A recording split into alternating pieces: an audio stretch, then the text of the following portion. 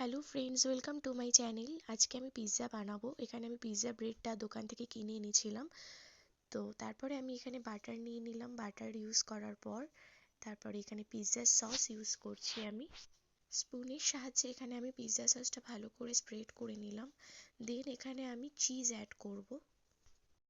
আমি এখানে chicken pizza বানাচ্ছিলাম, তো তাই জন্য আমি চিকেনের প্রিপারেশনটা আগেই করে রেখেছিলাম। চিকেনে আদা রসুন বাটা, পরিমাণ মতো লবণ, সয়া সস, গোলমরিচ গুঁড়ো, টমেটো সস এগুলো দিয়ে ফ্রাই করে নিয়েছিলাম। একসাথেই আমি ক্যাপসিকামটাও ফ্রাই করে নিয়েছিলাম। তো আমি টপিং হিসেবে আর কিছু আমার অতটাও পছন্দ নয়, তোমরা চাইলে দিতেই পারো।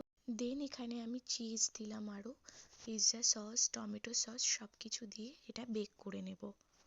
পিৎজা রেডি করার আগে আমি ফার্স্টে প্লেটের মধ্যে কিছুটা বাটার ছড়িয়ে রেখেছিলাম, যাতে পিৎজা ব্রেডের নিচের অংশটাও সমানভাবে সফট হয়। আমি মাইক্রোওয়েভে পিৎজাটা রেডি করেছিলাম।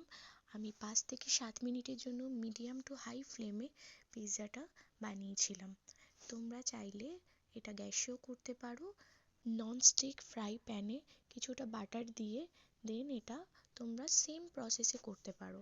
এখানে আমার পিৎজা রেডি হয়ে গেছে, তোমরা দেখতেই পারছো খুবই সফট হয়েছিল। তোমরাও চাইলে বাড়িতে এইভাবে পিৎজা ট্রাই করতে পারো। আমার ভিডিও ভালো লেগে থাকলে অবশ্যই লাইক, সাবস্ক্রাইব, কমেন্ট করে দিও। এর মতো বাই, নেক্সট ভিডিওতে দেখা হবে।